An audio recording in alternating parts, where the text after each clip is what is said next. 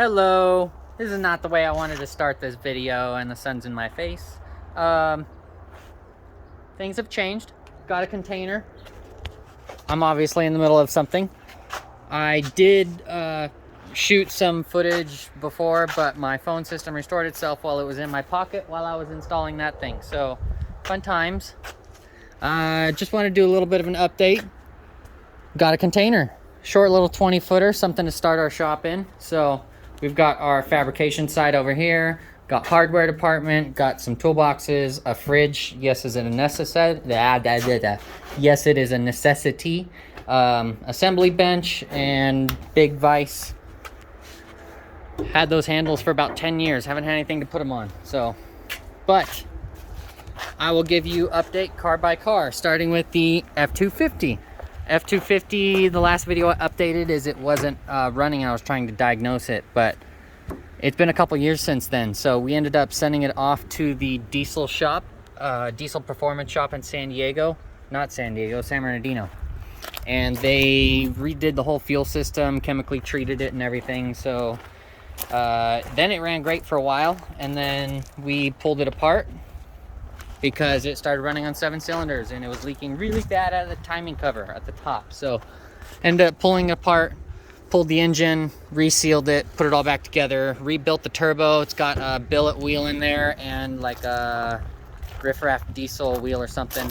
Anyway, boost went from I think 18 maximum going up a hill to like 18 when you're driving nicely. Anyway, I've got to turn that down a little bit.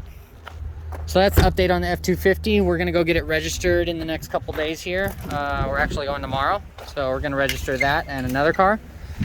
This is Lexi. This is Lexi, or AKA the daily driver. So trying to make this really nice. I've put a lot of work into this over the past couple years with figs bushings and tune-ups and radiator and everything. Batteries in the back, got horns. So she's daily, doing really good. We'll move on to Gerard. Done an engine swap or two on this and still runs the freaking same. So would like to get rid of everything and just go standalone, and then it's not really part of the car, so why wouldn't it run? But it runs and it drives, it just doesn't run well. F250. This is another Lexus I bought. I bought this thing for a fun beater daily driver drift car, and you can tell that's not what it is anymore. So I got it at a good price because it was rear-ended. So I decided to get it because it had black interior. So the interior is going in my car, and paperwork is a nightmare with this. So I ended up pulling the engine and transmission, and everything you see here makes the engine run without the engine being in the car. And just to prove it for you, here's the key. Put it in there.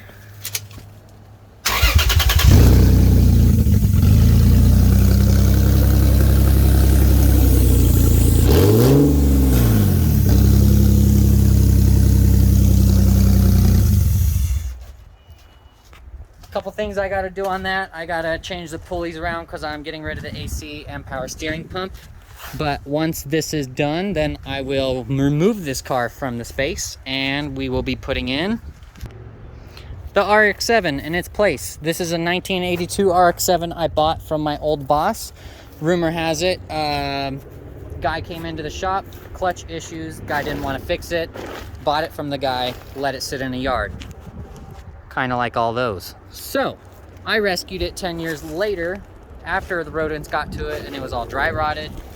Did a compression test. The 12A carbureted manual 5-speed that was in there was good. So had a guy that wanted to buy it. I ended up pulling it for him, and then I was like, hey, I've got this Lexus that has a nightmare with paperwork. So I ended up making the 2J fit. Cut the subframe, flipped it, cleared the oil pan right there. Might have to take the sway bar off, I don't know. Anyway, we'll roll this into the position, drop that 2J in here, stuff all the wiring in there. I would like to keep the dash and put the cluster in the dash if that's possible. If not, I'll modify something and make it work. But what's important is paddle shifters. So we'll have the steering column from the Lexus with paddle shifters in here. And, you know, it'll be a lot of fun. But I want to get this thing, I've got the title for this thing, clean title, non-op in my hands, so no worry with paperwork.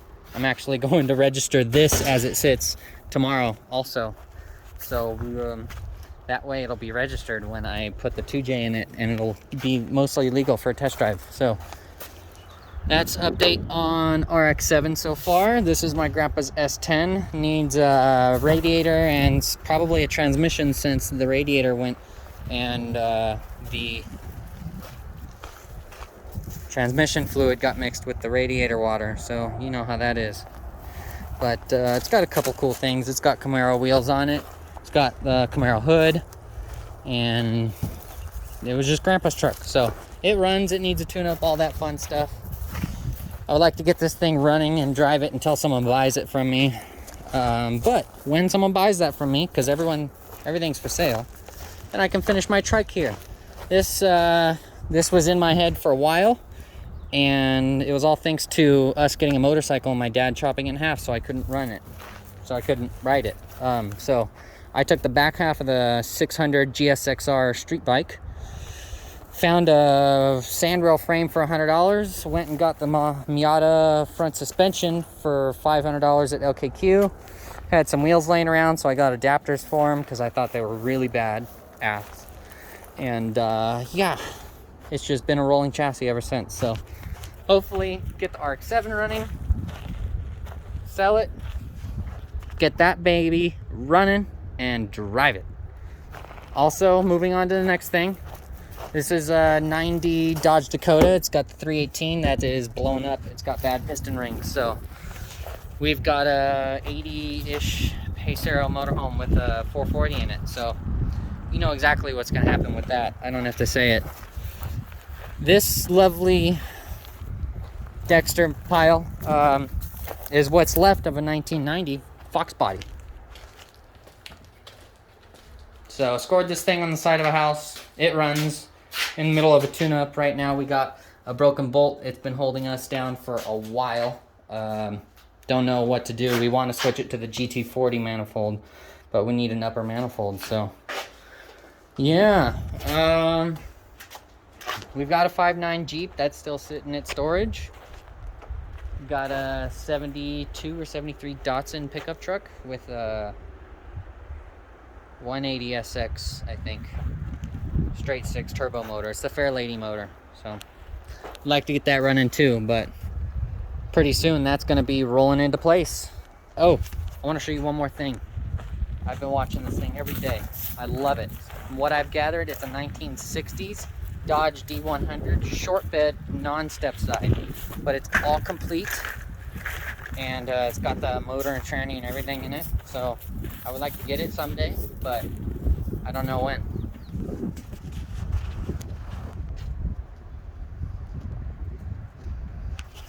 Just sits there, rotting away, like the RX7. So hopefully someday. That would be cool to put the 440 in. But got to get there, and the guy wants too much for it, unfortunately. Back here at the F250 and the shop, where is the little thing? We've got a 2007 Nissan Versa right there.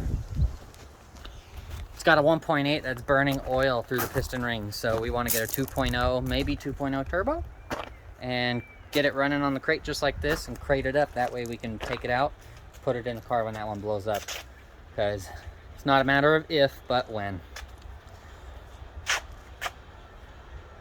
Probably got to work on my Lexus interior, get that swapped so I can throw everything else away, but then I got to figure out what to do with this thing, get it out of here once I get all the parts off of it.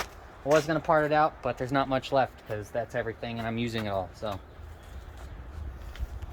with that being said, I'm going to leave it at that, and I'll give you guys another update soon. Sometime, hopefully I can do a normal video. I'm just filming this on my Galaxy, so see how it turns out. But thank you so much for watching. Don't forget to like, comment, and subscribe, and let me know what you want to see done. I'm excited to blow up the rear end in the RX-7 because, let's face it, it probably will happen. Thank you guys.